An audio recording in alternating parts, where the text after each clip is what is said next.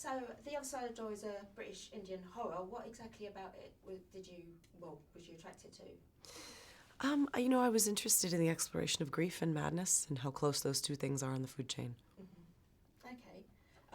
The story's rather sad as well as having some really scary moments in it. Yeah. Did you research into depression at all?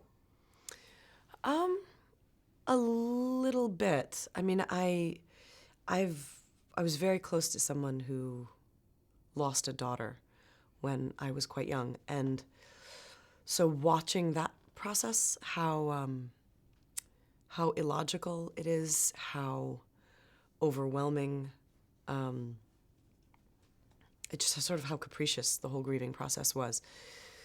It's made me always want to work on that kind of a thing, and I did quite a lot of research for a one-woman show I did back in grad school on manic depression, and so I had some of that, I guess, kind of in my back pocket. Okay. Was it quite hard to get out of that mindset at the end of each day when you finished filming? No, actually, it's one of the things about working. It's one of the things about working as an actor. I think our bodies are built to want to jettison those painful and uncomfortable things, and so usually at the end of the day,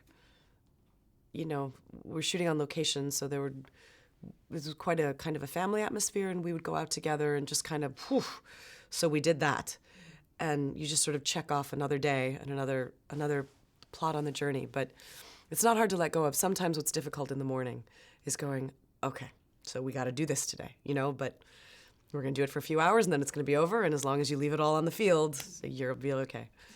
The car crash scene seems quite a harrowing scene to Yeah. film. Was that one of the hardest scenes to film? It was, by far, and we shot it in two pieces. So we shot the piece exterior on the bridge and coming out of the water.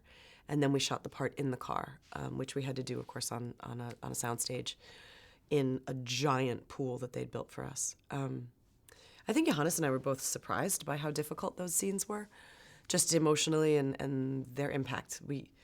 He kept turning to me at points during the filming, and he would say, "This is really dark." And I went, "Yeah, dude, yeah." He was like, "Yeah, I guess I didn't really understand that." He didn't have children at the time that he wrote it. And of course, he does now have a young son.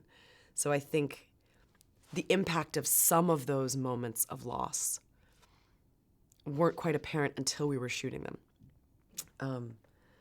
And on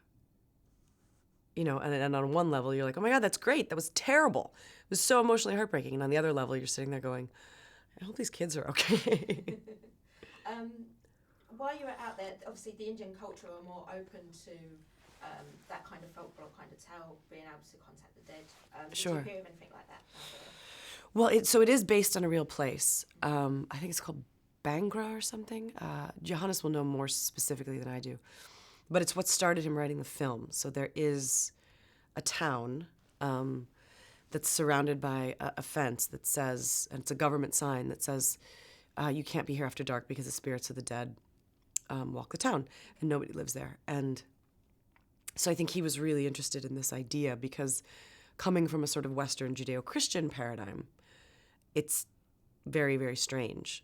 But for so many other cultures in other parts of the world, that's a really understandable, like, hey, cool, thanks for the warning, I won't go there after dark, So I think it was that cultural clash that the movie's about, right? It's about this white family coming from the United States, living in India where they have a completely different cultural and spiritual sense of the world, and those two things kind of explode together.